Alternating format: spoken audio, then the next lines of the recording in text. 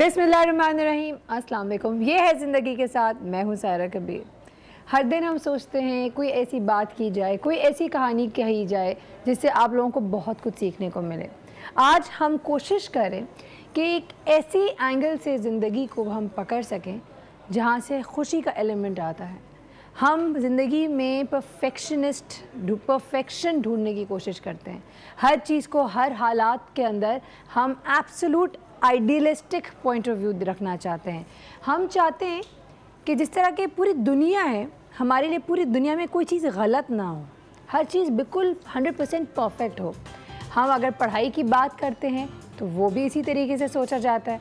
अगर हम शादी की बात करते हैं तो उसको भी इसी तरीके से सोचा जाता है। हम चाहते हैं कि 100 on 100 लाइफ हो। जी हाँ, आज हम बात कर रहे हैं आइडियलिज़म के हवाले से। लेकिन जब आइडियलिज़म के हवाले से बात करते हैं, कि आपको ऐसा कभी लगता है कि कोई शख्स कभी कोई परफेक्ट हो सकता है? क्या आपको ऐसा लगता है कि कोई शख्स ज़िंदगी के उस पॉइंट पे पहुंच सकता है जब उसकी ज़िंदगी बिल्कुल परफेक्ट हो? अब नज़रिए की भी तो बात है।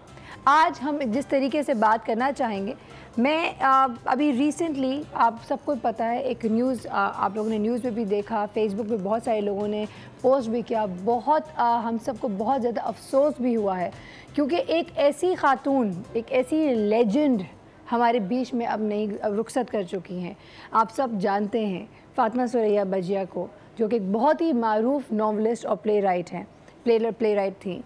उन्होंने हमारे लिए पाकिस्तान की ड्रामा इंडस्ट्री के लिए बेतहाशा कहानियाँ लिखी, बेतहाशा काम किया। और मैं उनके बारे में जितना कह दूँ वो यहाँ पे कम होगा। तो मैं सिर्फ अगर उनकी ज़िंदगी की तरफ भी अगर हम नज़र डालें तो आप कहें, हम जब आइडियलिज़म की बात करते हैं, क्या ये एक आइडियलिस्टिक लाइफ नहीं नज़र आती हमें? लेकिन क्या उनको ज़िंदगी में परेशानियाँ या मुसीबतें नहीं आई होंगी? उनके बहन भाई उन्हें एक बिल्कुल माँ जैसी बहन कहते हैं। लोग उनको, जो उनका प्रोफेशन है, लोग उनको क्वीन समझते हैं, बिकॉज एक इतनी मारूफ, इतना अच्छा काम किया है इन्होंने ड्रामा इंडस्ट्री के लिए कि उन्होंने अपनी एक जगह बनाई है। और जब अब दुनिया से रुखसत होकर गई हैं, तो मैं और आप और एक जितने लोग हैं, चाहे वो कोई सियासतदान हो, चाहे कोई बड़े बिजनेसमैन हो, दुनिया के जितने लोग हैं, एक तो उन्होंने नाम बहुत ज़्यादा पाया, प्लस उनको सब अच्छे नाम से याद कर रहे हैं। तो शायद ज़िंदगी जीनी तो ऐसी जीनी चाहिए, और आई थिंक इसी को आइडियलिज़म भी कहा जा सकता है। लेंगे एक छोटा सा ब्रेक, क्योंकि ब्रेक का टाइम हो गया है। आप कहीं ना जाइएगा, आइडियलिज़म के हवाले से बहुत सारी बातें करेंगे। आप कुछ कहना चाहते हैं, कुछ बोलना चाहते हैं, कोई दिल की बात करना चाहते हैं, तो हमेशा की तरह मैं ज़रूर कहूँगी कि ज़रूर कॉल करें, हमसे बात करें, मैसेज भी कर सकते हैं। We going to take a very short break here. Idealism, क्या आइडियलिस्टिक लाइफ होती है?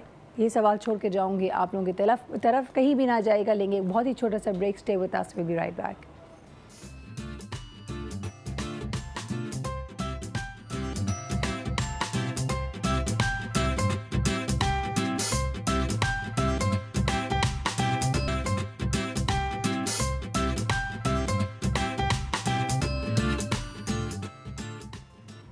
Welcome back once again. जैसे कि मैंने आपको ब्रेक से पहले भी बताया कि आज हम बात कर रहे हैं आइडियलिज़म के हवाले से।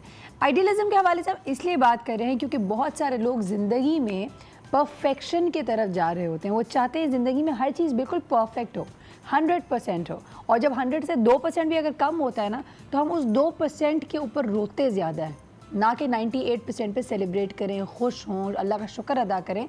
हम उस 2% पे रोते हैं। चाहे वो पढ़ने के हवाले से हो, अगर बच्चे के 1 मार्क भी कम आए, 9 on 10 आए, 9 क्यों आया, 10 क्यों नहीं आया? बच्चा रेस में सेकंड आया, वाई सेकंड, फर्स्ट क्यों नहीं आए? इसी तरीके से मेरा बच्चा बिल्कुल परफेक्ट हो, दुनिया में परफेक्ट तरीन इंसान पैदा हो, और वो उल्टा ही हो जाता है।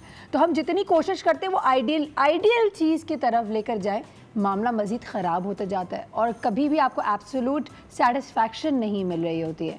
बहुत सारी बातें आज करनी है, इसलिए आज बहुत ही ख़ास मेहमानों को बुलाया है ताकि वो हमें बताएं एग्जैक्टली ह्यूमन साइकी कैसे चलती है, और क्या कोई आइडियलिज़म या आइडियलिस्टिक कोई चीज़ दुनिया में है, एग्जिस्ट करती है, क्या उसको अचीव करना पॉसिबल है, वो जानेंगे। लेट्स वेलकम एक ऐसी शख्सियत से जो कि बहुत दफ़ा आते हैं और माशाल्लाह बहुत इल्म रखते हैं अपने पास।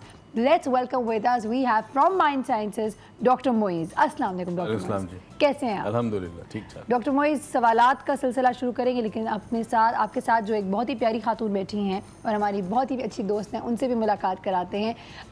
ये एक दफ़ा जब आई थी तो उसके बाद से हम उनको बार बार अब तंग करते हैं, क्योंकि ये अगेन चीज़ों को बहुत ही ज़बरदस्त तरीके से पर्सपेक्टिव में रखती हैं और बहुत क्लियरली समझाती हैं। So let's welcome with us we have the psychiatrist Nirmal Niazi. अस्सलाम वालेकुम Nirmal, how are you? I am very well. Again आपके लिए तो टाइटल में लगाने वाली हूँ lady in pink. Okay, yeah, I think that would be appropriate. Yeah, it's clinical psychologist, by the way, not psychiatrist. Okay, psychologist, absolutely, because psychiatrist is a doctor and psychologist is not a doctor. बिल्कुल सही बात है। ये चीज़ें कुछ होती हैं जो कि हम टीवी पे ऐसे ही कह देते हैं और फिर बाद में एहसास होता है, ओ माय गॉड, ये तो बहुत बड़ा फ़र्क है बेसिकली, है ना? अच्छा डॉक्टर मोइज़, मुझे एक बात बताएं, आइडियलिज्म या आइडियलिस्टिक, कभी कोई पॉसिबल है एक आइडियलिस्टिक लेवल रीच करना ज़िंदगी में? अच्छा, बिस्मिल्लाहिर्रहमानिर्रहीम। देखिए, idealism as in philosophy is something totally different. Okay, उसमें तो हम बात नहीं कर सकते बिकॉज वो समझ में नहीं आएगा। हम जो माशरे के हवाले से बात करें उसमें हम आइडियल की बात कर रहे हैं, पसंदीदा, और आइडियल आता है आइडिया से। इंसान की जो आइडिया होती है उससे वो एक आइडियल तख्लीक करता है। बिल्कुल। और हम ये कहते हैं कि जी ideal situation, ideal wife, ideal husband, ideal school, ideal life, ideal जिंदगी, आइडियल बच्चे, सब कुछ आइडियल। अच्छा, आइडियल वर्ड का अगेन जो बैकग्राउंड है वो आइडियल से आया है। आइडियल जो है वो बुत को कहते हैं। तो जिस तरह बुत परस्ती होती है, इसी तरह इंसान आइडियल, अपने आइडियल की परस्तिश करता है, उसकी इबादत करता है। तो आइडियलिस्टिक अप्रोच जो है वो ये होती है कि जो चीज़ मैं पसंद करता हूँ या मैं चाहता हूँ वो परफेक्ट हो हर लिहाज से। मगर मसला ये है कि दुनिया में आइडियल जो है वो सब्जेक्टिव नहीं होता, ऑब्जेक्टिव होता है। मगर जो शख्स अपना आइडियल तलाश करता है वो समझता है उसका आइडियल दुनिया में सबसे आइडियल है, सबसे परफेक्ट है, उससे अच्छा कोई नहीं है दुनिया में। अगर अभी कोई टेस्ट ऐसा होता कि एक सेंटेंस में, एक जुमले में आइडियल कितनी दफ़ा बोलना है, वो डॉक्टर मोइज़ जीत चुके होते हैं। Am I right or not? मुझे पता है बिल्कुल ठीक है। ऐसा लग रहा था टंग ट्विस्टर है। ओके राइट नाउ मैं दो मिनट के लिए वो आइडियल पे फोकस करने की कोशिश कर रही हूँ। समझना बहुत ज़रूरी है। अच्छा, मुझे जो आपकी बात समझ में आई, मैं आपको बता दूँ, सारी आइडियल्स में से आप कह रहे हैं आइडियल आइडिया से आया है। हर इंसान का अपना आइडिया होता है।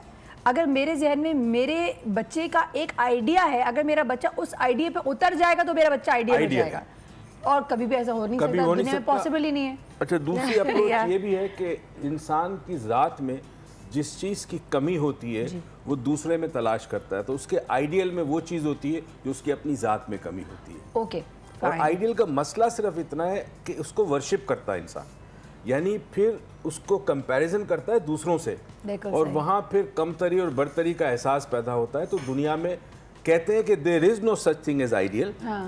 आइडियल बनाना पड़ता है, यानी you have to make something work. तो एफर्ट से और थॉट प्रोसेस के जरिए सिचुएशंस को, पार्टनर्स को, रिलेशनशिप्स को आइडियल बनाना पड़ता है। अच्छा, मैंने अभी एक इंट्रो में एक बात की, अगेन जब हम इतनी बड़ी शख्सियत के हवाले से बात करते हैं, बड़ी बड़ी शख्सियत हैं हमारे यहाँ, उनके हवाले से जब बात करते हैं ना, तो सच्ची बात है तारीफ इंसान की ज़बान में ना वो वर्ड्स डोंट डू जस्टिस। बिल्कुल सही बात। Words are never enough and words don't do justice naturally. इस तरह कि अगर हम बात करते हैं एक आइडियल लाइफ की, तो मेरे नज़र में जब इंसान की ज़िंदगी ख़त्म हो जाए और उस वक्त इंसान अगर देखे कि इस इंसान ने कैसी ज़िंदगी जी, क्या इसने अपना नाम बनाया, क्या इसने अपनी ज़िंदगी से दूसरों को फ़ायदा पहुंचाया, माशाल्लाह माशाल्लाह। I mean like doctor Moiz, मैं आपके बारे में बात नहीं कर रही, ठीक है? अल्लाह में आपको बहुत ही लंबी उम्र दे, and you doing excellent work, and I would, you are माशाल्लाह माशाल्लाह living legend for all of us. अभी आपको और भी बहुत सारा काम करना है। मैं एक छोटी सी बात करूँ, परसों मैं पेशावर था, तो मेरा यूनिवर्सिटी के अंदर एक सेशन था। उससे पहले एक रात एक फैमिली मेरे पास आई, 18 साल का बच्चा था, पठान लड़का था, बड़ा हैंडसम लड़का था। उसका प्रॉब्लम ये है कि उसको इतना शदीद गुस्सा आता है कि उसके माँ बाप भी उसको मना करे, उसका जी चाहता है उसको गोली मार दे। और रिसेंटली उसने एक हफ्ते पहले एक शख्स के यहाँ राइट हैंड के अंदर छुरी घोंपी है और दूसरे शख्स को मना करने पे उसने गोली मारी है। वो मेरे साथ बैठा हुआ था, शाम को सुबह सेशन था। सुबह सेशन में जिस कॉन्सेप्ट पे मैंने बात की थी वो ये की थी कि ये सोचो कि तुम अपने आबा और दाद में से कितने लोगों को जानते हो। परदादा को जानते होंगे, परदादा के दादा को जानते हो, नहीं जानते। दुनिया में किसको लोग याद करते हैं? जो कुछ दे के जाता है दुनिया में, राइट? बेशक। उस बात ने, इतनी सी बात ने उसके जहन पे इतना असर किया कि एंड ऑफ द सेशन वो खड़ा हुआ, देयर वर 120 स्टूडेंट्स। उसने कहा कि मैंने जी डिसाइड कर लिया, आइंदा मैं किसी को तकलीफ नहीं दूंगा और दूसरों की जान बचाने के लिए अपनी जान दे दूंगा। ट्रांसफॉर्म, बिकॉज ही रियलाइज के he has to be something, दुनिया में आया है कुछ कंट्रीब्यूट करे, वरना आने जाने का कोई फायदा ही नहीं हुआ। तो डॉक्टर मोइज़, अगर इसी नोट पे मैं ये कह दूं कि हमारे पास से अभी एक ऐसी खातून फातिमा सुरैया बजिया जिन्होंने ड्रामा इंडस्ट्री को अपनी ज़िंदगी वक्फ कर दी, उन्होंने इतना अच्छा काम किया है कि माशाल्लाह माशाल्लाह she has left a lasting impression for generations to come. So I think again the words as I said, अल्फाज जो है वो जस्टिफाई नहीं करते ऐसी शख्सियत की तारीफ़ों को, because they deserve so much more. Ideal जिंदगी इसी को कहेंगे इन दी एंड। अगर मैं ये बात कहूँ, अगर एक फिलॉसफी अगर इंसान मुतमईन हो अपनी लाइफ से, मुतमईन हो और उसे पता हो कि मैंने बैलेंस जिंदगी जी है, हाँ। तो वो नथिंग लाइक इट। मुझे फातिमा सुरैया के हिसाब से याद है, मैं आपको बता भी रहा था, मेरी किताब की रोनुमाई उन्होंने की थी पेबल्स ऑन द बीच, संगरेज़े साहिल पर। और उन्होंने जब किताब पढ़ी उसके बाद जो उन्होंने कुछ मुख्तसर बात की थी उस किताब के बारे में, दे वर वेरी टचिंग। मेरे पास आज भी वो वीडियो में सारे रिकॉर्डेड है। एंड माशाल्लाह समबडी जो कि बड़ी एक ऐसी शख्सियत थी जो बड़ी शफकत थी, उसमें बड़ी मोहब्बत से पेश आती थी, उसके जुमले, उसकी गुफ्तगू बड़े, मत ऐसे लोग जो वाकई एक ज़िंदगी भर एक इम्प्रेशन रह जाएगा आपको। अनवर मकसूद साहब ने बार बार एक बात कही और जो मैं बार बार हर जगह रीड भी करी थी, उन्होंने कहा है कि एक माँ जैसी बहन। तो आप ये सोचें कि एक शख्स सिर्फ प्रोफेशनली इतनी माशाल्लाह उन्होंने ज़िंदगी में अचीव नहीं किया, बट उसके बाद फैमिली मेम्बर्स भी उन्होंने पर्सनल लाइफ ऐसे जी है कि वो एक माँ मदरली फिगर नहीं है। और जैसे कि आपने कहा, तो ज़िंदगी, जी हाँ, मेरे नज़र में आइडियल ज़िंदगी उसी वक्त होती है। Again this is my idea, मेरे नज़दीक एक आइडियल ज़िंदगी उस वक्त है, ये उस वक्त मैं अचीव कर सकूँगी अगर मैं भी इसी तरह के अपने लिए एक नाम बना के ज़िंदगी से जाऊँ।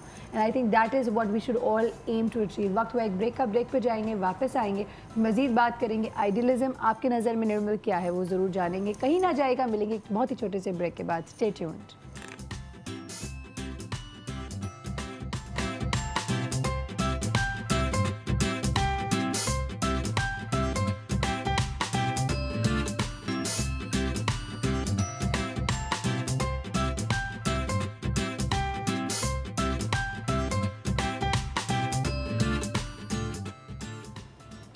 Welcome back once again. Idealism के हवाले से बात कर रहे हैं। हमारे बीच में अब फातिमा सुरैया बजिया नहीं है, जो कि बहुत ही मारूफ नॉवलिस्ट और प्ले राइट गुजरी हैं।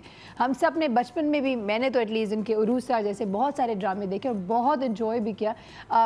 मुझ जैसा इंसान जो कि ज़्यादा टीवी नहीं देखता, ज़्यादा ड्रामे कभी नहीं देखे मैंने भी बहुत इन्जॉय किया। मिशी खान को हम उरूसा के नाम से ही जानते थे for like the longest time. Am I right doctor Moiz? तो अगर मैं वही बात है टू लिविंग एन इम्प्रेशन, ये वो तमाम चीज़ें हैं जो कहते हैं ना, राइटिंग, लिटरेचर, अदब, हाँ, it leaves a mark, it forms a nation, it forms a society. तो इन Fatima Suraiya Bajia has a very very important part and important role in our drama industry, in Urdu अदब। तो अगर मैं आपसे अगर बात करती हूँ निर्मल, तो मुझे बताएं कि क्या इस तरह की ज़िंदगी माशा जो मेरे नज़र में, मैं जब उनकी ज़िंदगी देखती हूँ मुझे लगता है she is given a lot back to the nation, I would say. तो उनको माशाल्लाह गवर्नमेंट की तरफ से 2012 में हिलाल इम्तियाज़ भी मिला है एंड बहुत, I mean rightly so, you know, माशाल्लाह माशाल्लाह, या एब्सोल्युटली, वो भी 2012 में बहुत पहले मिल जाना चाहिए था। एग्जैक्टली। लेकिन अगर मैं आपसे बात करूं कि क्या आपके नज़र में इस तरह की ज़िंदगी एक आइडियल ज़िंदगी होगी कि आपके बहन भाई आपको इतने प्यार करें, आपको एक माँ का दर्जा दें? किसी के जाने के बाद हम यहाँ बैठ के उसके बारे में इतने खुलूस से बात कर रहे हैं और इतनी पॉजिटिविटी से बात कर रहे हैं, आई थिंक इससे बड़ी अचीवमेंट कोई और नहीं हो सकती। जब आप जा चुके हों और फिर आपके पीछे के लोग आपके बारे में ऐसी बातें करें कि उन्होंने आपके क्या इम्प्रेशन छोड़ा, I think that's life worth living. अच्छा, मेरा सिर्फ एक जो अगेन मैं भी हम बात करें, आप बोलेंगे सारा ने वही हरकतें कर ली औरतों वाली, गिले शिकवे, लेकिन एक बात मुझे हमेशा फील होता है, वो ये कि जब लोग जिंदा होते हैं, you know, she was ill for quite some time. एक सवाल मैं अपने लिए भी छोड़ूंगी, अपने प्यारों के लिए भी, हमारे इर्द गिर्द जितने जो मीडिया इंडस्ट्री के, उनके भी ज़रूर मैं बोलना चाहूँगी। ईदी साहब, he is very sick, you know, वो डायलिसिस पे हैं, वो बहुत बीमार हैं। Why don't we go to them now? हमें जाने चाहिए, हमें अभी इनको उनकी रिकग्निशन, एक्नॉलेजमेंट करनी चाहिए, राइट? आई मीन जब वो गुजर गए तो वो तो हम कहेंगे, राइट? अच्छा, मेरे पास कॉल है, कवि साहब हैं लाइन पे, let's take the call. Hello जी, हेलो, अस्सलाम वालेकुम कवि साहब। जी, कभी साहब फातिमा सुरैया बजिया के हवाले से हम बात कर रहे हैं। जी जी जी जी जी, बस ये मैं ये अर्ज करूंगा आपकी खिदमत में कि एक बहुत बड़ा लॉस है, सभी ये कहेंगे और हकीकत भी यही है।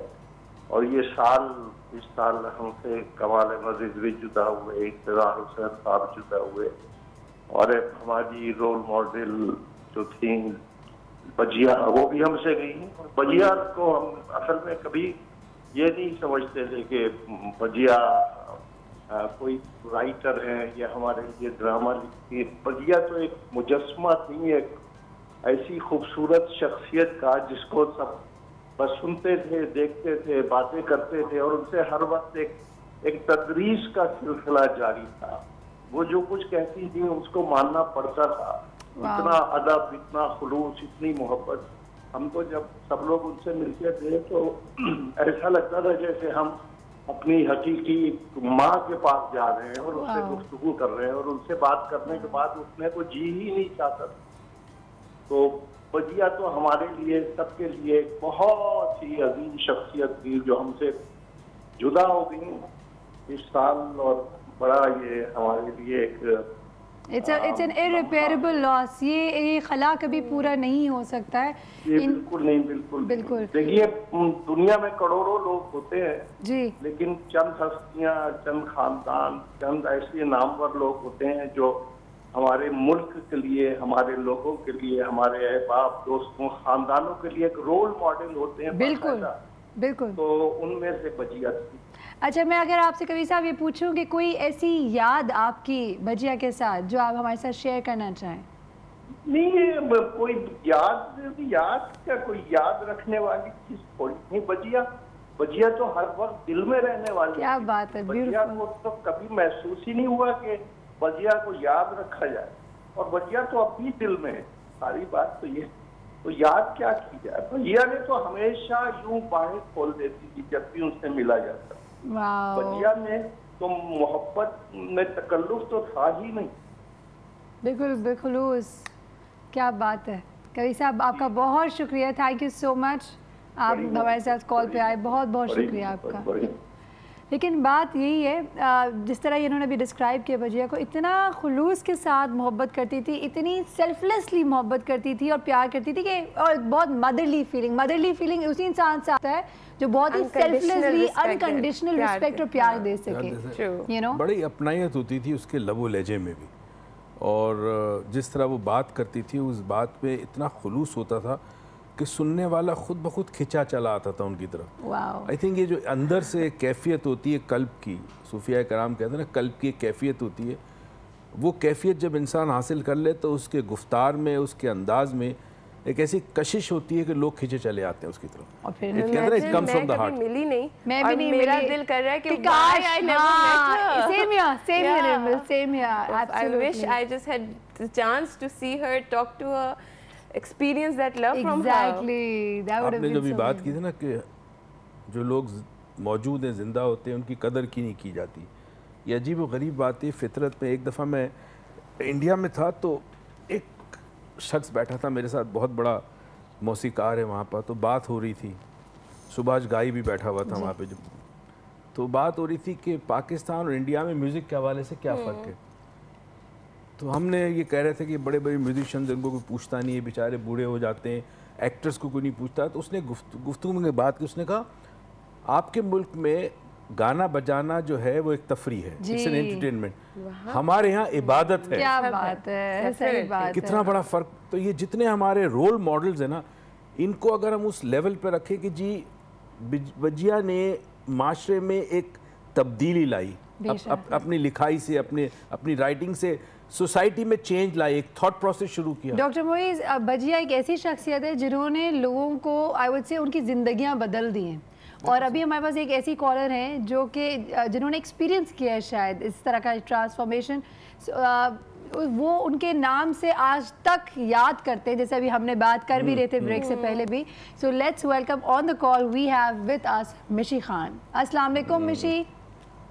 अस्सलाम वालेकुम, क्या हाल है आपके? बिल्कुल ठीक, थैंक यू सो मच, आज आपने हमारे साथ कॉल पे आई हैं।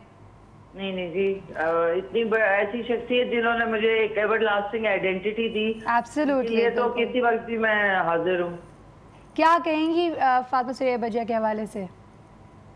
उन जैसी जो कदावर शख्सियात हैं उनके लिए तो अल्फाज नहीं होते। Exactly. जो कंट्रीब्यूशन है हमारे मुल्क के लिए, हमारे माशरे के लिए और टेलीविजन के लिए, वो तो हमेशा याद रखी जाएंगी। मिशी, पर्सनल लाइफ के हवाले से बताएं, भजिया ने आपको किस तरह इंस्पायर किया है? बहुत स्ट्रॉन्ग खातून और इमेंसिपेटेड, एजुकेटेड, और सबसे बड़ी बात है कि उन्होंने खवातीन के जितने भी रोल्स लिखे टेलीविजन के लिए, उनमें मजलूम दिखाने के बजाय उन्होंने उनको हमेशा एलिवेट किया एक स्ट्रॉन्ग कैरेक्टर के साथ। और सबसे बड़ी बात है कि तमीज़ और तहजीब के दायरे में रहते हुए भी एक लड़की को मॉडर्न और एजुकेटेड और अपनी सोच रखते हुए उन्होंने उनको पोर्ट्रे किया। आई थिंक ये मेरा किरदार भी शामिल था। बिल्कुल। अच्छा मिशी, आप प्लीज माइंड नहीं करेगा, but we have to go and take a break. I would really want to continue this talk with you. मैं ब्रेक पे जाऊंगी, वापस आऊंगी और हम अपनी गुफ्तगू वापस से जारी रखेंगे। आप कहीं ना जाएगा। मैं अपने व्यूअर्स को ज़रूर कहना चाहूँगी, मिशी खान हमारे साथ कॉल पे हैं, यहाँ पे सेट पे हमारे साथ डॉक्टर मोइज़ और निर्मल नियाजी मौजूद हैं। बात करें आइडियलिज्म के हवाले से, और ऑफ कोर्स जब आइडियलिज्म के हवाले से बात करें तो एक बहुत आइडियल पर्सनालिटी फातिमा सुरैया भजिया, जो कि अभी एक डेढ़ दिन पहले ही हमसे दुनिया से रुखसत हो चुकी हैं, उनके हवाले से हम बात कर रहे हैं। तो आप प्लीज़ कहीं ना जाएगा, मिलेंगे एक बहुत ही छोटे से ब्रेक के बाद। Stay tuned.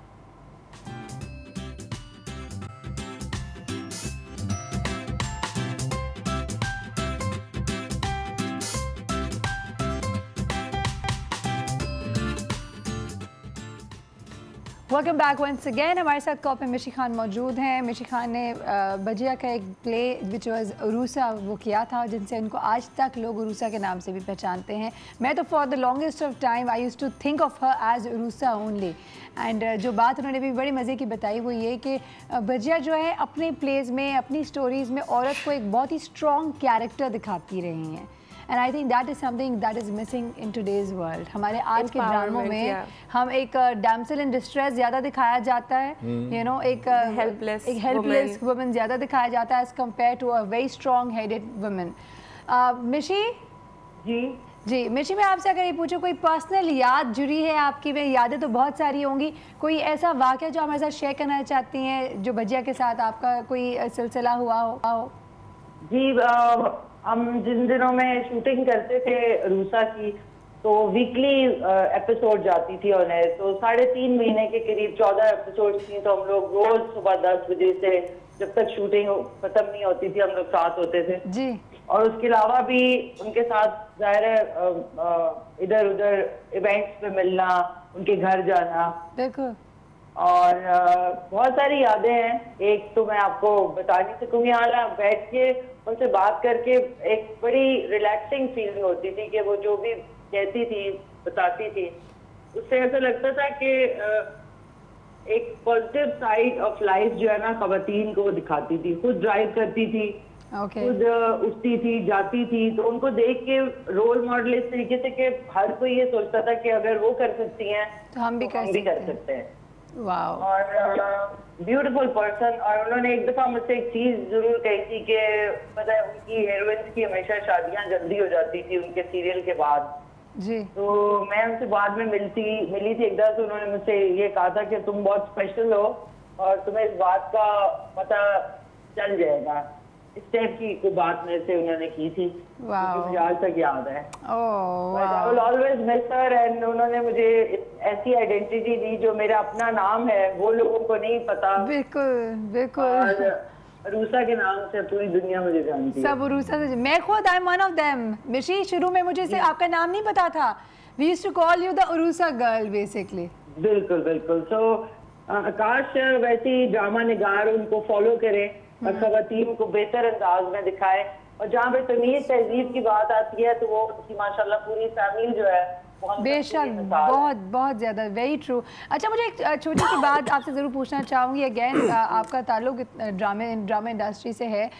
पुराने ज़माने में जो ड्रामे आपने भी किए हैं, आप देखती भी रही हैं, और अब के ज़माने में जो आता है, क्या फ़र्क देखती हैं आप इन दोनों में?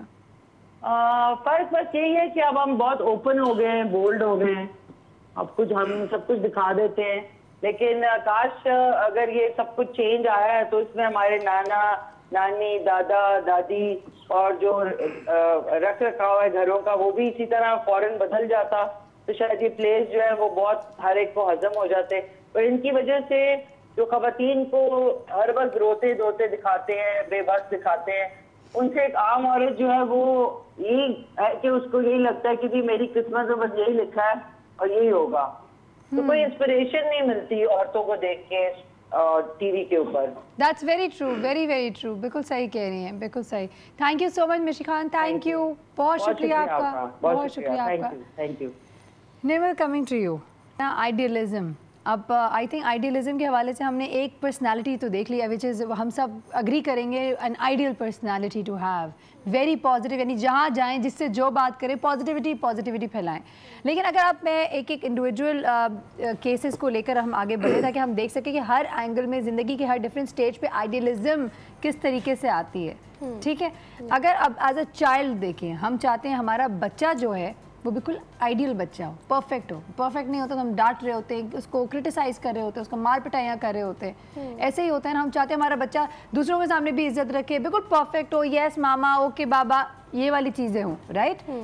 खाना टाइम पे खाए, हर चीज़ वक्त पे और नहीं कर होते, बहुत शरारती है, बिल्कुल बहुत शैतान, बदतमीज है, बहुत बदतमीज है, इसको तो कुछ समझ नहीं आती है, पढ़ाई में अच्छा नहीं है, कोशिश कर रही हूँ 10 on 10 नहीं आ रहे, वो 9 और 10 को भूल जाते हैं। Precisely that's the whole idea. Idealism का कॉन्सेप्ट जो है वेरी करता है, इट कैन गो इधर इन द पॉजिटिव डायरेक्शन और इन द नेगेटिव डायरेक्शन। जहाँ पे हम परफेक्शनिज्म की बात करते हैं, दैट्स एंटायरली अनदर थिंग। जब हम बच्चे को एक्सपेक्ट कर रहे हों कि वो परफेक्ट एक्ट कर रहा है, वो प्राइमरली अपनी अंदर की एंग्जाइटीज़ होती हैं। हमें ये खौफ होता है कि हमारी रिप्रेजेंटेशन, बिकॉज वो हमारी सेल्फ की रिफ्लेक्शन होता है, बिल्कुल सही कह रही हैं। तो हमें लगता है कि उसको कंट्रोल करके उसकी सक्सेस को देख के हम सक्सेसफुल हो रहे हैं, which is not the case. उस प्रोसेस में आप अपनी इनसिक्योरिटीज़ बच्चे में ट्रांसफर कर देते हैं, that is all you do. In that process ना आपको सक्सेस मिलती है ना बच्चे को सक्सेस मिलती है, और ना खुशी है इन दी एंड, किसी किस्म की आपकी रिलेशनशिप डैमेज होती है। तो ultimately rather than focusing on the negatives of the child.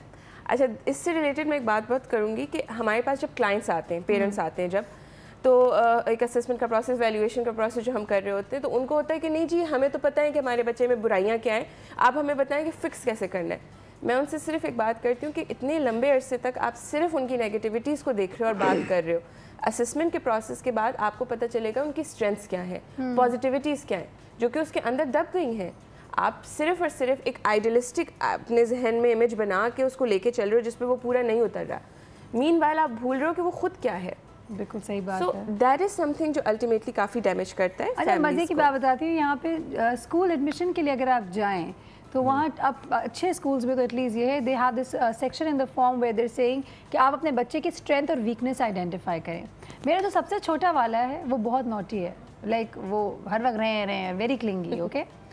तो अब मैं गई उसके लिए, अब मैंने वीकनेसेस तो मुझे पता थी, मैंने पहले लिख दी जल्दी दर स्ट्रेंथ। मैंने कहा यार मैंने बेचारे का स्ट्रेंथ क्यों नहीं नोट किया, प्यारी शक्ल के अलावा भी तो और भी बहुत कुछ है। And I started thinking, and यकीन जाने the strengths were way more and I felt so good just writing about them. Taken you time to actually think of them and write them. That's all about the mindset. But it is. हमारे clients के साथ यही होता है, जब मैं अपनी ज़ात से रिलेट कर ले, बच्चों से भूल जाए, मैं अपने एडल्ट क्लाइंट से बोलती हूँ कि अच्छा आप बोल रहे हो कि आप में ये प्रॉब्लम्स है, पॉजिटिव्स क्या रही, इस हफ्ते की पॉजिटिव्स बता दो, 2 सिर्फ 2 बता दो, they will be blank.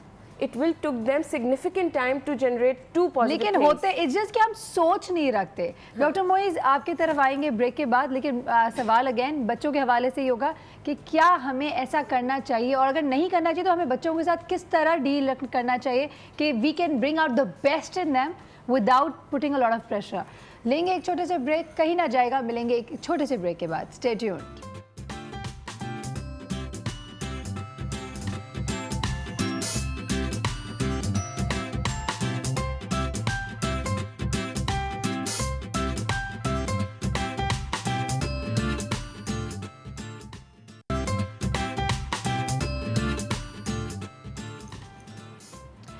बचपन से कहानियाँ सुनते आए हैं हम। सिंड्रेला की शादी हो जाती है एक शहजादे से, स्नो वाइट की शादी हो जाती है एक प्रिंस से, आप स्लीपिंग ब्यूटी उठा लें, आप कोई भी फेरी टेल उठा लें, शादी तक बताते हैं, उसके बाद की कहानी किसी ने नहीं सोची। क्यों? उसके बाद फेरी टेल नहीं होती है। तो अगेन आइडियलिज्म में हम सब we all expect a fairy tale life. Fairy tale के बच्चों के हवाले से पहले बात कर लेते हैं। एक बबल वाली दुनिया में जो हम रहते हैं उस हवाले से पहले ज़रूर बच्चों के हवाले से बात करेंगे, और फिर the more important issue finding the right ideal. So जी हाँ, ये एक बहुत ही प्रॉब्लमेटिक सी बात है जिसमें हम कभी सेटिस्फाई नहीं होते। तो डॉक्टर मोई सवाल छोड़ के गई थी बच्चों के हवाले से, और फिर मैं आपसे ये इस तरफ भी आना चाहूँगी थोड़ी। निर्मल ने बड़ी समझने वाली बात की, और समझना चाहिए लोगों को कि जिस चीज़ की हम समझते हैं हमारे अंदर वीकनेस है वो हम देखना चाहते हैं। ठीक है, बच्चा आपका एक्सटेंशन है, वो सक्सेस होगा तो वो सक्सेस एक्चुअली आपका है। बिल्कुल। अब मसला ये है कि तरबियत में एक चीज़ याद रखें, देखें हमारी तरबियत हमारे वालिदैन ने की मोहब्बत में, प्यार में, उनके पास कोई स्किल्स नहीं थी। ठीक है, अब जो दौर है इस दौर में स्किल्स रिक्वायर्ड है, क्योंकि दौर की रिक्वायरमेंट डिफरेंट है। बिल्कुल सही कह रहे हैं। आज के बच्चे की तरबियत पुराने अंदाज से नहीं की जा सकती, खुलूस मोहब्बत अपनी जगह, मगर तरबियत आपको इस तरह करनी है कि इस माशरे में जो कि कॉम्पिटिटिव एज है इसमें आपका बच्चा किसी मकाम तक पहुंच सके, उसके लिए माँ बाप को स्किल्स रिक्वायर्ड है। अब स्किल्स के लिए आप बिल्कुल सहारा ले सकते हैं, आपको काउंसलिंग करानी पड़ती है, बाज़ दफ़ा साइकोथेरेपी होती है, बाज़ दफ़ा सिंपल आप बच्चे में प्रॉब्लम देखते हैं। कई दफ़ा ये होता है जी मेरा बच्चा जो है वो घर में बहुत अच्छा पढ़ता है, स्कूल में जाता है सब भूल जाता है। अच्छा, जाके एक एनालिसिस करा लो, माहिर नफ्सियात से पूछ लो बच्चे का प्रॉब्लम है, बच्चे की अपनी नफ्सियात है, घर में कोई इश्यूज़ हैं नहीं है। एक एलिमेंट ये है कि आपको प्रोफेशनल हेल्प दरकार होगी, अगर होगी तो आपने लेनी होगी। दूसरी बड़ी अहम चीज़, हर इंसान में कुछ पॉजिटिविटी होती है, कुछ नेगेटिविटी, वीकनेसेस, स्ट्रेंथ एरियाज होते हैं। इंसानी फितरत के अंदर एक बात यह है, क्योंकि हम कहते हैं ना कि इंसान में दोनों चीज़ें, खैर भी है शर भी है, दो फोर्सेस एक साथ होती है। तो जहाँ नेगेटिविटी होती है वहाँ पॉजिटिविटी, वीकनेस होती है, स्ट्रेंथ भी होती है। डिस्कवर करें स्ट्रेंथ को। ठीक है, जब स्ट्रेंथ आप डिस्कवर करते हैं, आपके बच्चे में फॉर एग्जांपल एक आदत अच्छी है कि वो सुबह जल्दी उठ जाता है, तो चले ये एक स्ट्रेंथ है, पॉजिटिव है। कई बच्चे सुबह नहीं उठ सकते। आपके बच्चे में एक आदत अच्छी है कि जी खड़े होकर बात कर सकता है, रिश्तेदार आते हैं सबको जाके सलाम करता है, इनिशिएटिव ले सकता है, सोशल स्किल्स बड़ी स्ट्रांग है। उस चीज़ को डेवलप करें, आप उसको अप्रिशिएट करें। एक इंटरेस्टिंग चीज़ ये कर सकते हैं, अगर आप चाहते हैं कि आपके बच्चे में ये अच्छा ही डेवलप हो, लीडरशिप डेवलप हो, छोटे छोटे डिसीजन उसको लेने दें। मुझे याद है मेरे बेटे का बड़ा मसला था, छोटे वाले मुर्तज़ा का, वो फंस होता था, उसको हमेशा टेबल पे, खाने के टेबल पे, ये क्यों पकाया, ये नहीं खाना, वो नहीं खाना, रोज़ मेरी एक्स वाइफ से प्रॉब्लम उसको। मैंने एक दिन का, मैंने एक काम करते हैं, मुर्तज़ा एक काम करो, पूरे हफ्ते का मेन्यू लिख लो, you make the menu, Monday घर में क्या बनेगा, ट्यूसडे क्या बनेगा, वो मेन्यू बनाया, उसकी मर्जी से उसको हमने फ्रिज पे लगा दिया। ठीक है, अब मेन्यू में कुछ उसकी पसंद की, कुछ घर के पसंद की, मगर चूंकि खुद उसने लिखा था, he followed it, he took ownership, simple सी। अच्छा, एक चीज़ उसको ये की थी कि बेटा तुम ये काम करो, कि वो काम से भागता था, he was a very hyper boy। तो हमने कहा एक काम करो, सिर्फ इतना करो कि फ्रिज के अंदर जितनी पानी की बोतलें हैं जो ख़त्म हो जाए, उसको तुमने पानी भर के वापस फ्रिज में रखना है। He started taking responsibility for smaller acts. Eventually जितना बड़ा होता गया, started taking responsibility. Start from little things. माँ बाप की चीज़ करे ना। चले, ज़बरदस्त, ब्यूटीफुल टिप्स, ये तो बड़े मज़ेदार टिप्स दिए हैं। I can just so relate to all of them, I can't tell you seriously, बिल्कुल वेरी रिलेटेबल। अच्छा, चूँकि मैं बात करी थी अभी सिंड्रेला और स्नो वाइट और फेरी टेल रोमांस की और फेरी टेल लाइफ की, तो ऑफ कोर्स शादी ब्याह के मौके में तो हम सबको यही होता है कि अपनी ज़िंदगी एक ऐसे शख्स के साथ गुजारी जाए जो कि बिल्कुल परफेक्ट हो, like Prince charming, night in shining armour. I mean ये सारी वो फेरी टेल्स होते हैं जो हमारे जहन में बचपन से घुसे हुए होते हैं। मूवीज़ देखते हैं, अभी रिसेंटली मूवी दिल वाले हम सब ने देखी, ओहो वाह वाह, what a love story. I mean love stories तो आप देखें ना, वो दिमाग में ऐसे आपके इंप्रेशन बचपन में छोड़ दे, बच्चे को दिखा दें आप कि वो बोलेगा भाई मुझे तो ऐसी ही लव स्टोरी चाहिए ज़िंदगी में, and you will see that they will start working towards it, they will start behaving like that. तो ये बहुत फ़र्क पड़ता है। बड़े बड़े जब शाहरुख खान की एक्टिंग कर सकते हैं या अदरवाइज, तो फिर तो वही बात है ना, आप आइडियलाइज करते हो सिचुएशन को, और उसी में फिर प्रॉब्लम भी होती है लाइफ में कि जब वो वैसी नहीं निकलती है, वैसा नहीं निकलता, तो कहते हैं ना आप तो ऐसे ना थे, या आप बदल गए। बदलिए, आपकी सोच होगी। मिलवाती हैं आपको एक ऐसी शख्सियत से जो कि काम ही ये करती हैं, शादियां करवाती हैं, और आई एम श्योर इनके कानों में ये बात बहुत दफ़ा पड़ती होगी कि आइडियल लड़का चाहिए, आइडियल लड़की चाहिए। तो आइए let's welcome with us we have Mrs Khan. अस्सलाम वालेकुम मिसेस खान। अस्सलाम वालेकुम, कैसी हैं आप? बिल्कुल ठीक, हाउ आर यू? जबरदस्त शो जाता है तुम्हारा तो। Thank you so much. I am really very happy and glad to see you. I am so glad that you here. अच्छा, और दूसरी चीज़ मैं ये कहती हूँ कि मैं हर वक्त ये कहना चाहती हूँ लड़कियों को कि आइडियल मत बनाओ अपने दिमाग में, बिल्कुल मत बनाओ। अच्छा मिसेस खान, अगर पॉज करूँगी 1 मिनट, बुरा तो नहीं मानेंगे? नहीं, बिल्कुल नहीं। जब आपने ये बात की तो यहाँ पे एक बात तो बनता है कि हमारे यहाँ ड्रामों में भी काफ़ी कुछ दिखाया जाता है, राइट? काफ़ी रोमांस दिखाया जाता है, काफ़ी आजकल तो बहुत डिस्टर्बिंग रोमांस दिखाया जा रहा होता है, एक्स्ट्रा मैरिटल अफेयर दिखाया जा रहा होता है, बहुत ही नेगेटिविटी मुझे तो नज़र आती है, इसलिए मैं ऐसे सच्ची बातें ड्रामे ज़्यादा नहीं देखती। लेकिन हमारे पास एक ऐसी शख्स है जिससे हम बहुत सारे इस हवाले से सवाल भी पूछने वाले हैं और डेविल्स एडवोकेट प्ले करेंगे। Let's welcome with us we have the playwright drama निगार महविश हसन। अस्सलाम वालेकुम महविश। वालेकुम सलाम। कैसी हैं? अल्हम्दुलिल्लाह, आई एम गुड। अच्छा महविश, सारे कंप्लेंट्स आ जाने वाले हैं आपकी तरफ, सारे all आपकी तरफ है। लेकिन सबसे पहले मिसेस खान आपसे बात मुकम्मल करना चाहेंगे। हम बात कर रहे थे ऑफ कोर्स शादी के हवाले से, कितनी अम्माएं और अब्बाएं आते हैं आपके पास इस हवाले से? भाई उनको तो परफेक्ट मैच चाहिए होता है। ओके, लड़की हो या लड़का हो, लेकिन देखें कहीं ना कहीं माइनस प्लस पॉइंट्स तो होते हैं, बिल्कुल, and you have to accept them. क्या हमें बिल्कुल जैसा हम चाहते थे हमें शौहर मिला? क्या उनको जैसे वो बीवी चाहती थी मैं वैसी मिली? तो कहीं ना कहीं हम में कमी होती है, और उस कमी को हम कॉम्प्रोमाइज़ अगर उसके साथ करते जाएं और चलते जाएं और उसको ठीक तरीक़े से आहिस्ता आहिस्ता करते जाएं प्यार मोहब्बत से, तो ये ज़िंदगी चल जाती है। मुझे पता है लव मैरिज में क्या आइडियल लाइफ मिल जाती है क्या? लव मैरिज में तो सबसे ड्रॉबैक तो ये होता है कि लड़का झूठ ही बोल रहा होता है फ्रॉम डे 1 से। वो चांद सितारों पर ले जाने की बातें कर रहा होता है, वो बहुत हाई होप्स दिखा रहा होता है जो कि शादी के बाद पूरी नहीं होती। बिल्कुल, लड़की को उधर बहुत ज़्यादा कॉम्प्रोमाइज़ करना पड़ता है। और बात लड़की चूँकि वो उससे चाहती थी और चूँकि उसकी पसंद की शादी होती है, तो वो अमूमन वो कॉम्प्रोमाइज़ करती है और सोचती है कि ये तो मैंने अपनी पसंद की शादी की है, अब अगर इधर ब्रेकअप होगा तो बहन भाई भी नहीं मेरा साथ देंगे, माँ बाप भी मुझे उल्टा डांटेंगे कि हमने तो तुम्हें मना किया था इधर शादी करने से, हमारी तो सोच कुछ और थी, लेकिन चूंकि ये तुम्हारी पसंद थी अब तुम्हें इसके साथ निभा करना है। मैं देखती हूँ कई लड़कियों को ये कहा जाता है कि अब मरने के बाद ही वहाँ से निकलना। मरने के बाद तो अब ये बात बहुत पुरानी है कि लेकिन अब तुम इसके साथ रहोगी, अब दूसरा शौहर ढूंढना, या अब तुम्हारे बच्चे हो गए में, तो ये इट्स नॉट अ जोक कि अब हम 2-3 बच्चों के साथ, अब लड़कियां जो कहती हैं कि हम इसको छोड़ देंगे, ये तलाक ले लेंगे, वो अब कहानी अब बहुत पुरानी हो गई है। चाहे अब आपका शौहर अच्छा है बुरा है, अब आप खुद भी अर्न करें, उसको भी देखें, उसको भी अर्न करवाएं, उसको भी एज अ बच्चा ट्रीट करें या जो कुछ मर्जी करें, लेकिन अब आप बच्चों के साथ निभा रहे हैं। अगर आपका दूसरा शौहर होगा, क्या वो उन बच्चों को अपना बच्चा समझेगा?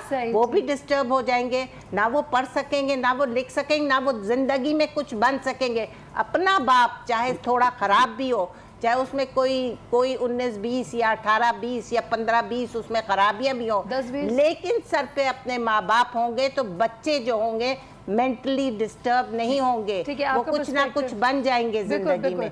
माएँ दूसरी शादियां करती हैं, बच्चे बिल्कुल खत्म हो जाते हैं। बिल्कुल, स्कूल में उनको ये कहा जाता है अच्छा तुम्हारे सेकंड फादर है, मोहल्ले में कहा जाता है कॉन्फिडेंस शैटर। लेकिन यहाँ पे निर्मल भी कुछ कह रही है और डॉक्टर मोइज भी कुछ कह रहे हैं, वहाँ से महविश ने भी सर हिलाया कुछ, बहुत सारे सर हिले हैं, एक डिफरेंट एस्पेक्ट, एक डिफरेंट पॉइंट ऑफ व्यू भी देखना चाहेंगे। लेकिन ऑफ कोर्स वक्त हुआ है ब्रेक का, तो ब्रेक पे जाएंगे, वापस आके इस तस्वीर का दूसरा रुख भी देखेंगे, कहीं ना जाएगा। मिलेंगे एक ब्रेक के बाद, स्टे ट्यून्ड।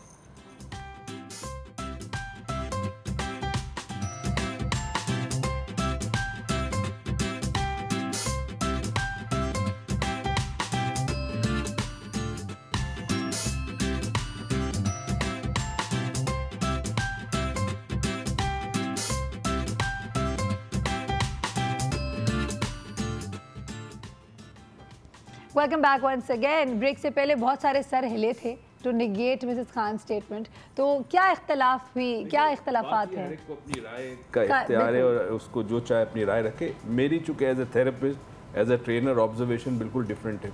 किसी भी रिश्ते में किसी भी एक शख्स की इज़्ज़त नफ्स मजरू हो, मुसलसल सेल्फ रिस्पेक्ट डैमेज हो, रिलेशनशिप अब्यूजिव हो, चाहे फिज़िकली हो, वर्बल हो, इमोशनल हो, दूसरा शख्स मुसलसल विड्रॉ करता रहे, डिफेंसिव होता रहे, अपना दिफा करता रहे, तो वो रिलेशनशिप में उस शख्स की नफ्सियात पे असर होता है, अतराफ में जो लोग होते हैं, नहीं बच्चे वगैरह, उनकी भी जहनों पे असर होता है। ऐसी रिलेशनशिप में देखिए, आइडियल तो ये कि आप बर्दाश्त कर लो और सब्र करो, ठीक है, मगर कब तक सब्र करो? हज़रत अली का एक कॉल है कि जुल्म करने वाला और जुल्म के खिलाफ ना सहने वाला दोनों बराबर है, राइट? तो जुल्म सहना एक हद तक हो। खुदा ने आपको एक शख्सियत दी है, आपको एक ज़िंदगी दी है, मुकम्मल इख्तियार दिया है आपको, और आपको हुकूक दिए तमाम। आप अपनी हिफाजत करो। आपकी नफ्सियाती ज़िंदगी भी इतनी ही इंपॉर्टेंट जितनी आपकी फ़िज़िकल एग्जिस्टेंस है।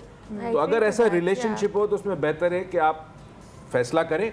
और अगर आपको वॉकआउट, देखें एक बात सुने, अगर आपका हस्बैंड या आपकी वाइफ एक्स्ट्रा मैरिटल अफेयर है तो इसका मतलब है अब उस रिलेशनशिप में वो वर्थ खत्म होगी, वो वैल्यू, उसने आपको वैल्यू खत्म कर दी। जब आपकी वैल्यू खत्म हो गई तो you are not the same person, you are a piece of furniture जो बच्चों के लिए उसने रखा है आपके पास। तो walk out from that relationship and believe me, if you have that self respect, आपको अच्छा शख्स मिलेगा and you can carry on with your life। अच्छा, यहाँ पे मैं एक और बात बता रही हूँ, मैं निर्मल की तरफ आना चाहूँगी। निर्मल, मुझे एक बात बताएं, अगर फॉर एग्जांपल इस तरह की सिचुएशन उन्होंने बताई, बहुत a lot of time we've seen people coming back to their family। Yes, see, this is what I wanted to say, okay, and I would like to discuss। सारा just यहाँ पे मैं एक चीज़ ऐड करूँगी, हमारे पास आते हैं इस तरह के clients and it's a very difficult position, it's a very difficult decision। आप ये नहीं उम्मीद कर सकते कि ये ब्लैक एंड वाइट होगा। हाँ, बिल्कुल। It's such a drastic color of grey कि ये डिसीजन लेना कि should I walk out or should I stay? That's a huge decision। अपने बच्चों, abuse चाहे वो फिजिकल हो या इमोशनल हो, एक मैक्सिमम, मतलब ये नहीं होता कि आप हिट पे हिट कर रहे एंड बर्दाश्त कर रहे, but that does not mean कि पहली ही उस पर you walk out either. Relationship is a big commitment that you should continue fulfilling and giving it your all। लेकिन सब्र की भी एक इंतहा होनी चाहिए। and obviously that comes to a point कि अगर उसमें आपके other family members, जैसे कि इन्होंने जिक्र किया, आपके बच्चे, उनकी psychological health effect हो रही है। I know it's a big decision and it should not be taken lightly। ये नहीं होता कि आपने बैग पैक किया and you just walk out। नहीं, सोच समझ के हर जाविये से, हर इंसान का टॉलरेंस लेवल भी फर्क होगा। फिर उसके बाद आपने जो फेस करना है, I have seen clients, अभी भी मेरे पास clients चल रहे हैं जो एक abusive relationship को continue कर रहे हैं, but you will not imagine the moment they change their mindset। ठीक है, वो physical या verbal abuse, physical तो is something जो acceptable नहीं है, but verbal abuse ये होता है कि अपने अंदर एक certain level of transformation I. I am not saying कि आपने अपने आप को चेंज कर लिया, बट माइंडसेट चेंज किया। तो आपने अपने और अपने बच्चों के लिए एक छोटी सी दुनिया उसी अजाब में बना ली, और फिर eventually, and I have seen that happening in families, things transform. The abuser then tries to get a little mellow down, but does not mean कि you will have any responsibility। मेरा मतलब, मुझे जो समझ में आया वो ये है कि जब आप एक दूसरे इंसान के रिएक्शन को कंट्रोल नहीं कर सकते हैं तो आप अपने एक्शन को बदल सकते हैं। उससे ये होता है कि उसका रिएक्शन भी बदल जाता है। मैं मेविश की तरफ ज़रूर आना चाहूँगी। मेविश, आजकल के ड्रामे में हर वक्त रोना पीटना और परेशानियाँ ही क्यों दिखाते? कोई पॉजिटिव या कोई इंस्पिरेशनल मैसेजेस क्यों नहीं होती? नहीं, ऐसा नहीं है कि हम कुछ दिखाते नहीं हैं ड्रामों में। हर तरह के ड्रामे बन रहे हैं, हर तरह के जॉनर्स पे बन रहे हैं। आप नेगेटिव भी होते हैं, उसमें पॉजिटिव कैरेक्टर्स भी दिखाए जाते हैं। अच्छा, सबसे पहले तो मैं सायरा बताना चाहूँगी आपको, लोगों को यूजुअली क्वेश्चन ये होता है कि पहले के ड्रामों में और अब के ड्रामों में क्या डिफरेंस है। पहले के ड्रामे लोग बहुत ज़्यादा पसंद किया करते थे और अब के ड्रामे लोग यूजुअली नहीं देखते। यही सवाल मैंने अभी मिशी खान से कॉल पे पूछा था, बीइंग एन एक्ट्रेस, एंड उन्होंने एक सिर्फ सवाल पूछा, जवाब जो दिया उनका जवाब था बीइंग एन एक्ट्रेस कि अब के ड्रामे बहुत ज़्यादा बोल्ड हो गए हैं। हम अब सब कुछ दिखा देते हैं विद रिस्पेक्ट, जबकि वो फैमिली टाइम का टाइम होता है। जब खाने के टाइम पे आप अगर टीवी लगा भी रहे हो, लेकिन अब काफ़ी ऐसे सब्जेक्ट्स पे भी बात की जा रही होती है जो कि मैं एटलीस्ट अपने बच्चों के साथ तो नहीं देख सकते। You are right.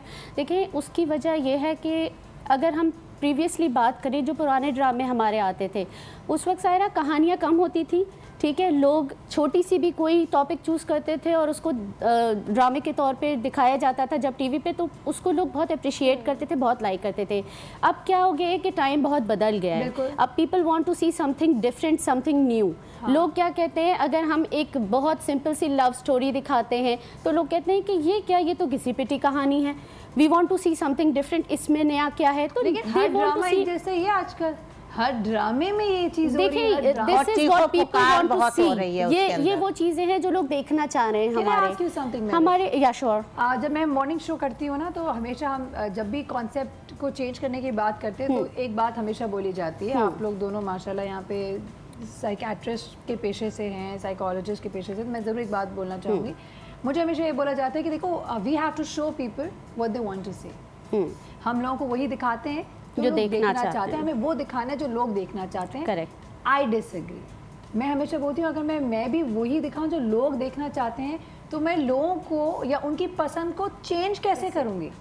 मैं अगर मेरा एथिकल या मॉरल कोई स्टांस है, अगर मैं एक डिफरेंट नज़रिया को या कोई इन्फॉर्मेशन दिखाना चाहती हूँ, इन्फॉर्मेटिव वे में कोई बात करना चाहती हूँ, तो फिर मैं वो कैसे करूँगी अगर मैं भी शादी ब्याह कराऊँ सबकी तरह? The point is, if I want to bring change, मैं चाहती हूँ कि लोगों का ये दिमाग अपने डिब्बे से बाहर निकले, वो दुनिया को मेकअप और बाल के एम्बिट से बाहर देखें। तो मुझे ऐसी गुफ्तगू करनी होगी। हाँ, हो सकता है बोरिंग लगे किसी को, हाँ हो लगता है 1 दिन लगे, 4 दिन लगे, 1 हफ्ता लगे, 1 महीने, वो इवेंचुअली शायद कभी ना कभी मेरे चैनल पे आके रुके सुनेंगे तो ये क्या बोलते जाती है, रोज बोलती है, क्या बोल रही है। शायद कोई चीज समझ में आ जाए, और अगर शायद कोई चीज समझ में आ जाए तो मुझे लगता है कि शायद मेरा काम हो गया। इनकलाब है ना, ये बेसिकली लोगों के जहनों को तब्दील करना इनकलाबी कदम होता है, इकदाम होता है, और इसमें वक्त लगता है। और एक चीज़ बता दूं, जो आप लोगों ने ड्रामे की बात की, जी, ड्रामे पहले और अभी में फ़र्क क्या है? पहले ड्रामे बहुत अच्छे होते थे, ये अभी इतने अच्छे नहीं। इसकी वजह ये, पहले ड्रामा टाइम होता था, हाँ 9 बजे ड्रामा चलता था, अब 24 घंटे। अच्छा, मैं एक चीज़ यहाँ पे बताना चाहूँगी कि देखें, होता यह है कि राइटर्स कोशिश ये करती हैं कि रियल लाइफ से इंस्पिरेशन लें। ठीक है, जो मैं लिखती हूँ, अपनी बात बताऊँगी मैं, कि मैं ये कोशिश करती हूँ कि मैं अपनी पर्सनल एक्सपीरियंस उसके अंदर इंक्लूड करूँ, उन चीज़ों, उन ड्रामों के अंदर, और इसके अलावा अपने जो सराउंडिंग से मैं अपनी उन चीज़ों को पिक करूँ कि क्या चल रहा है, क्या हो रहा है, क्या रियल लाइफ में देखा जा रहा है, ये मैं करती हूँ। लेकिन मैं आपको एक बात बताऊँ, हमारे लोग इस कदर कंजर्वेटिव हैं कि उनका माइंडसेट लिमिटेड है। आपको मैं बताऊँ, देखिए, जो ड्रामा देखने वाले हैं वो मासेस हैं, ठीक है, वो जो एक एलीट क्लास है, जो पढ़े लिखा तबका है, वो यूजुअली ड्रामे नहीं देखता है। ड्रामा हमारा देखता है मासेस। और वहाँ पे क्या होता है कि वो जब देखते हैं तो वो कोई भी चीज़ अगर उनके एक्सपेक्टेशन से हटके हो रही है, अगर हम किसी लड़की को स्ट्रॉन्ग दिखा रहे हैं, आई एग्री, रिलेटेबिलिटी होनी चाहिए एक हद तक। जी। लेकिन वही बात है, मॉर्निंग शो भी मासेस देखते हैं मोस्टली, बहुत एलीट क्लास तो सो रही होती है इस टाइम पे, राइट। मेरा बोलने का सिर्फ मकसद ये है कि अगर मैं उनको उन्हीं की जिंदगी की एक कैरेक्टर दिखाती हूँ तो वो क्या इंस्पायर होंगे। मेरा एक सवाल आपको बस छोड़ के मैं जाऊंगी, अगर मैं उनको मैं अगर अपनी बात करूं, मैं किसी भी लड़की को मार्शल आर्ट्स करते हुए जब देखती हूँ ना, आई गेट रियली हैप्पी। मुझे इतनी ऐसा लगता है कि मैं लड़ रही हूँ। There is a possibility for us to become them. हाँ, मुझे बहुत अच्छा लगता है कि वो जब लड़की पीट रही होती है लोगों को, नहीं तो शादी से पहले, नहीं कर सकती, शादी से पहले हर लड़की को martial arts. I agree with you. हमारे पास एक कॉल है, कॉल लेंगे, ब्रेक पे जाएंगे, वापस आके आपसे सवाल मैं लूंगी। हेलो अस्सलाम वालेकुम। वालेकुम अस्सलाम, कौन बात कर रही हैं? मैं रिवाज बात कर रही हूँ। मैंने डॉक्टर साहब से एक सवाल पूछना था कि जो हस्बैंड होते हैं, ये खड़े होकर अपने भाइयों से, अपने बाप से जो है अपनी वाइफ को मार पड़वाते हैं, तो ऐसे हस्बैंड का यानी कि उनका क्या माइंड होता है और वो क्यों इस तरीके से करते हैं कि अपनी वाइफ को जो है वो प्रोटेक्शन नहीं दे सकते। और दूसरा ये कि वो इस चीज को फिर भी गलत नहीं समझते, लोगों के आगे कहते हैं कि लाइक हमने किया तो क्या हो गया। ठीक है, आपको इसका जवाब देंगे। थैंक यू सो मच, आपने कॉल किया। मैं तो डॉक्टर बिल्कुल भी नहीं हूँ, डॉक्टर साहब से हम जवाब लेंगे, लेकिन मैं ज़रूर कहूँगी दिस इज़ नॉट एक्सेप्टेबल। वक्त हुआ एक ब्रेक का, ब्रेक पे जाएंगे, वापस आएंगे। आप प्लीज़ कहीं ना जाएगा, आपको ऑनर जवाब देंगे इस ब्रेक के बाद। Stay tuned.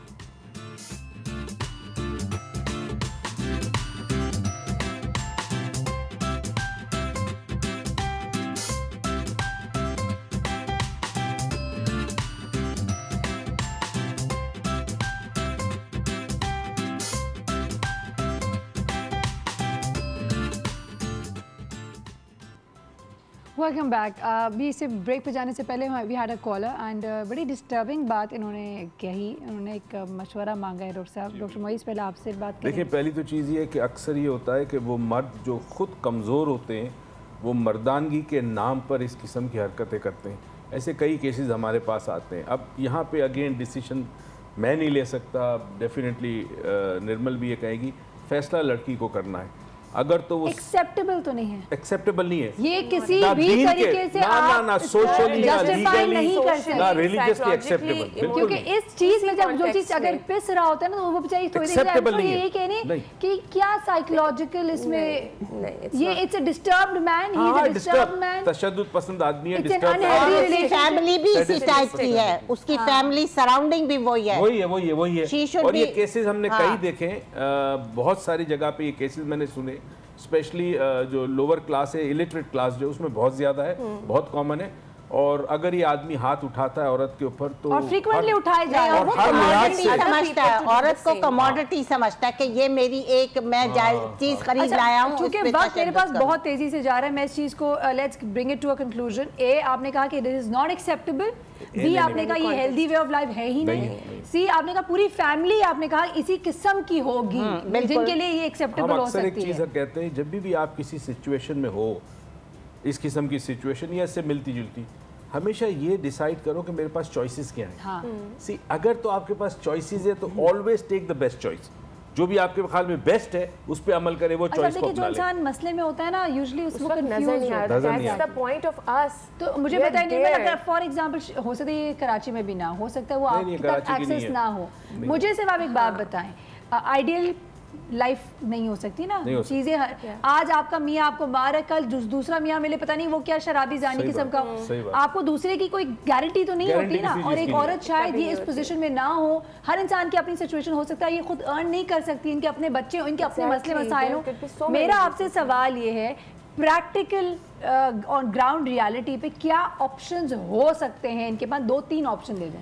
डॉक्टर मोइज से मैं एग्री करूंगी कि जो बंदा उस वक्त उस सिचुएशन में होता है उसके पास डेफिनेटली कपल ऑफ चॉइसेस होती हैं जो कि उस वक्त उसको नज़र नहीं आ रही होती हैं। तो if she can hear us, what she needs to do is first of all find some ground. मतलब अपने आप को बहुत अब्यूज़ हुआ, मतलब किसी को ये कहना कि कोई और भी खड़ा होके मारे, ये जहनी तौर पे जिस कदर पेनफुल हो सकता है, आई कैन नॉट इमेजिन। ठीक है, उनसे मैं सिर्फ ये रिक्वेस्ट करूंगी कि अपने आप का एक ग्राउंड तलाश करें, अपने आप को सिर्फ आधा घंटा दें जहाँ पे वो अपने आप को वो सोचें जो इन सारी चीज़ों से अलग हो चुकी है, मतलब पेन से।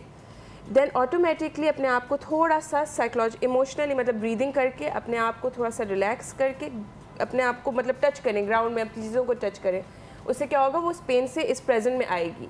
ठीक है ना, वो पुराने पेन को सोचेगी ना वो अगले पेन को सोचेगी, वो प्रेजेंट में रखते हुए अपने आप को सोचेगी।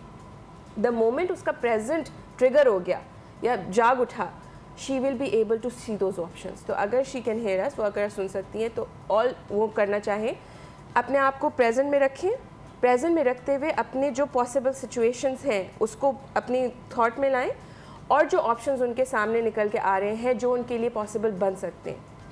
मैं एक दो एडवाइस दे दूँ उनको। एक तरीका ही है कि अक्सर हम कहते हैं कि देखें आपकी अम्मी की फैमिली, आपके घर वालों की तरफ से कहाँ सपोर्ट है, कोई बड़े बुजुर्गों को मिला है, अम्मी अब्बू मामू चाचा खाला कोई भी हो, उसका अगर सपोर्ट मिल जाता है तो फिर उस सपोर्ट के बेसिस पे आगे आप फैसला करें।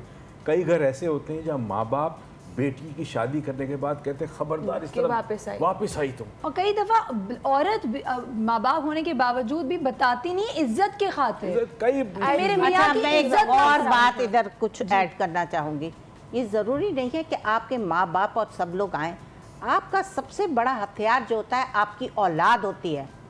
अगर आप अपनी औलाद को भी थोड़ा सा ट्रेन करें और उसको समझाएं और बताएं कि अब्बू ये करते हैं तो आपको अच्छा लगता है, बेटा ये मेरे साथ होता है कितना बुरा लगता है, तो वो बच्चे जो होते हैं बड़े होशियार होते हैं।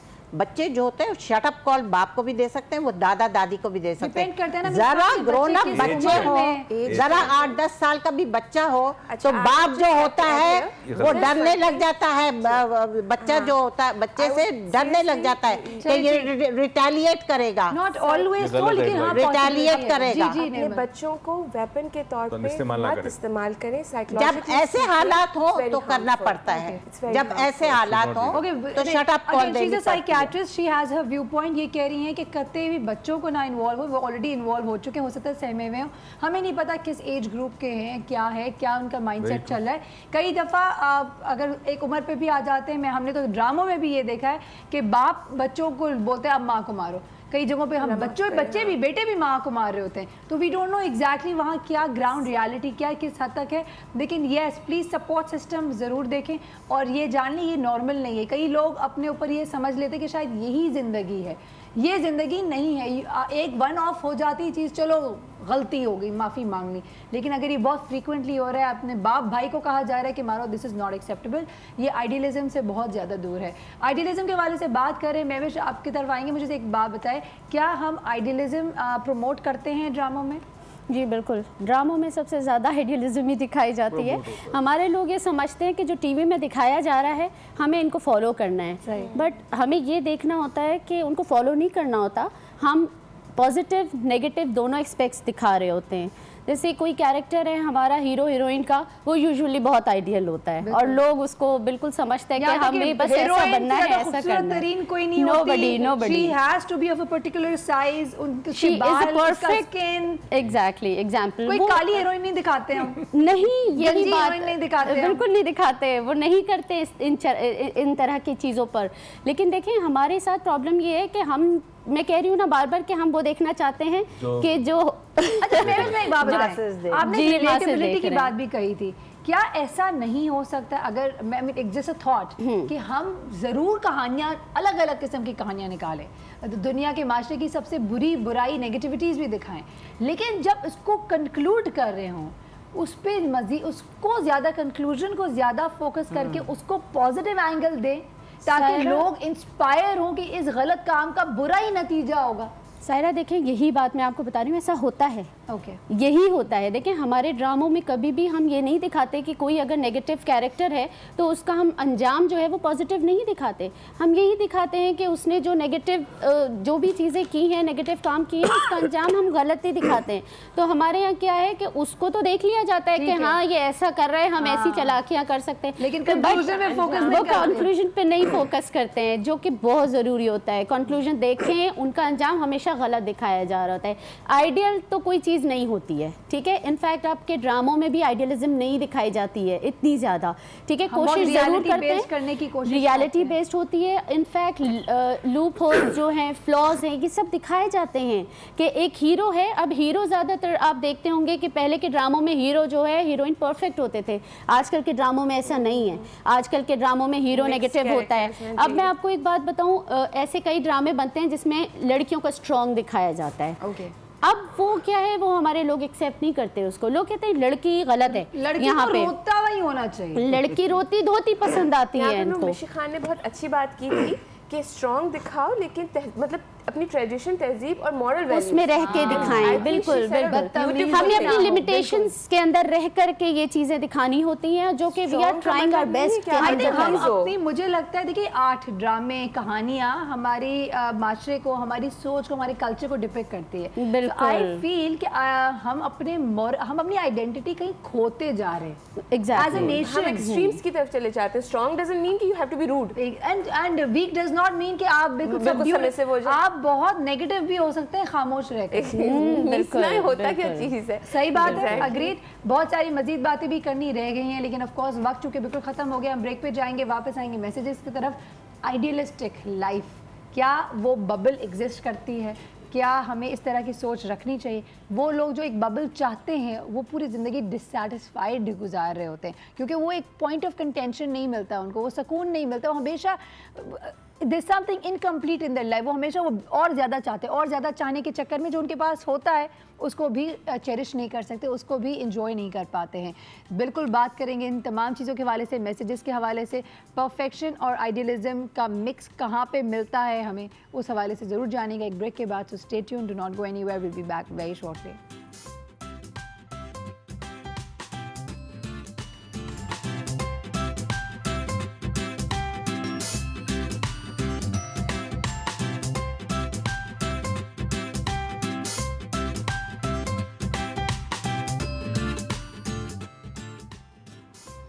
ये एक ऐसा टॉपिक है जिस पे आई थिंक हम घंटों घंटों मजीद बात कर सकते हैं। बहुत सारे इसमें चैनल्स खुल गए हैं एक्चुअली, और जिसको मैं इधर उधर से हर तरफ से पकड़ने की कोशिश भी करूँगी। और आज के टॉपिक से डॉक्टर मोइज़ और बहुत सारे टॉपिक दिमाग में आ गए मेरे, जो कि हम करने जाएंगे इंशाल्लाह आने वाले दिनों में, क्योंकि ऑफ कोर्स ये एक कड़ी होती है, कड़ी से कड़ी, कड़ी से कड़ी मिलती रहती है, और कोशिश करेंगे हम इसको एड्रेस भी करें आगे जाकर, जहाँ के फॉर एग्जांपल बच्चे जो डिसोबीडियंट होते हैं, एक्स्ट्रा मैरिटल अफेयर एक और एंगल, आदमी और औरत में फ़र्क, बहुत सारी ऐसी बातें हैं जो हम आज के शो में नहीं कर सके और कर भी नहीं सकते 2 घंटे में। इट्स नॉट ह्यूमनली पॉसिबल, क्योंकि एक पूरे टॉपिक है इन इट्स ओन। तो बातें तो ज़रूर करेंगे। आइडियलिज्म को हम एक कंसाइज समराइज़ करने की कोशिश करेंगे। तो डॉक्टर मोइज़, आप क्या कहना चाहेंगे? एक आइडियल लाइफ, एक बबल एग्जिस्ट करती है या करनी चाहिए?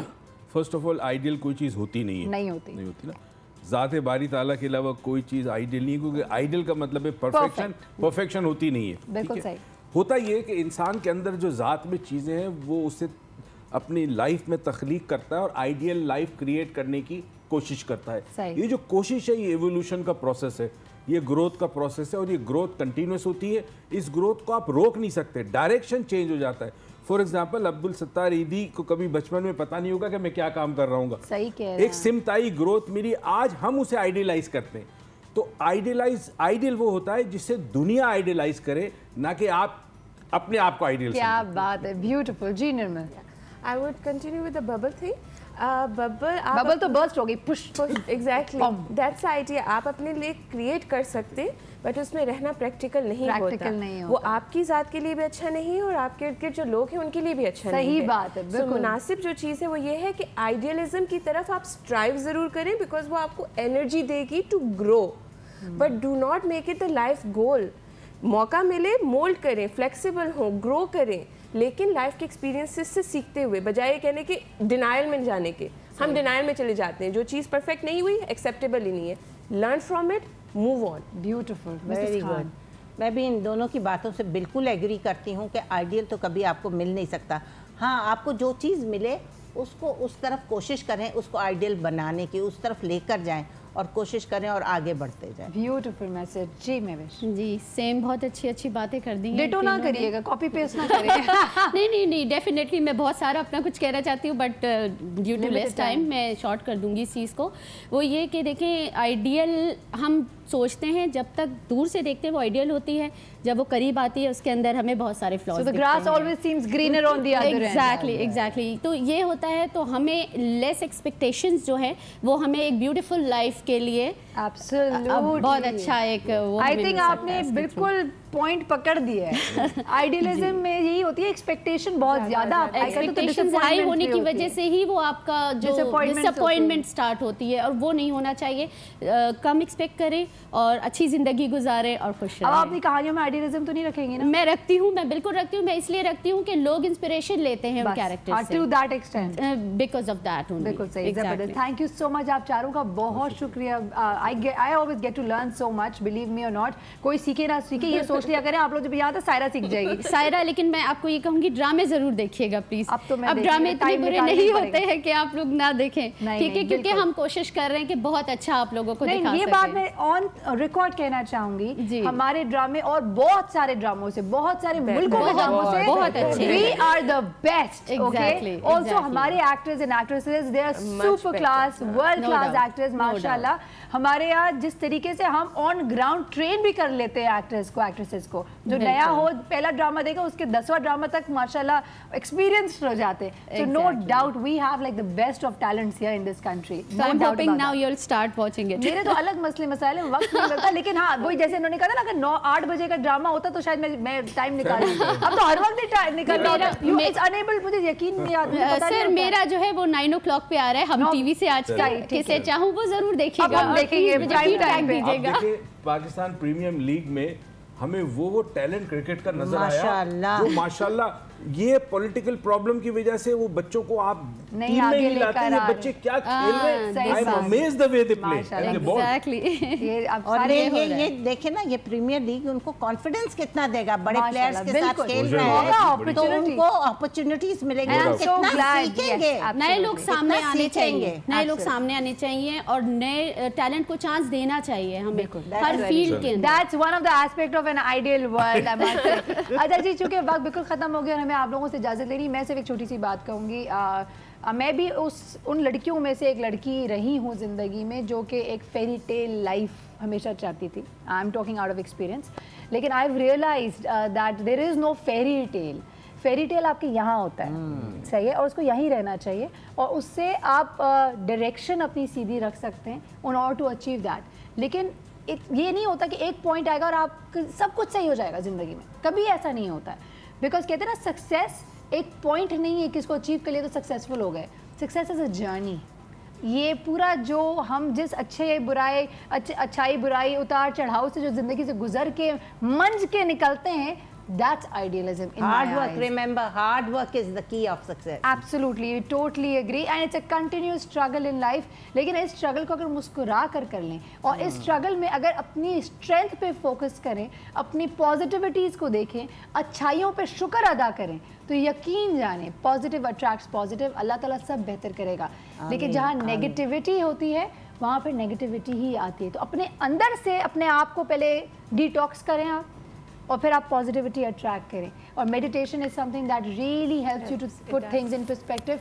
मेडिटेशन हमेशा कहते हैं ना, नमाज के बाद सिजदा, again science has proven every time आप सिजदा करते हैं, माथे को आप ज़मीन पे रखते हैं, पॉजिटिविटी आपके जिंदगी, आपके पूरे जितनी नेगेटिविटी होती है, it all flows down to the ground. तो ये अल्लाह ने हमें बताया है, सिखाया है, बोला है करने को दिन में 5 दफ़ा, तो उसकी कोई ना कोई लॉजिक तो होगी। इसी नोट पे कि हम सब खुश रहें ज़िंदगी में, because that should be our real goal. और खुशी चीज़ों को पाकर या लोगों को पाकर नहीं होती, खुशी आपके अंदर होती है। खुशी आपको हर मोमेंट में तलाश करना है, खुशी आपको इस जर्नी के अंदर तलाश करना है। तो आई थिंक इसी नोट के साथ सायरा कबीर हमारे बेहतरीन मेहमानों को और हमारी पूरी टीम को अब इजाज़त दें। अल्लाह हाफ़िज़।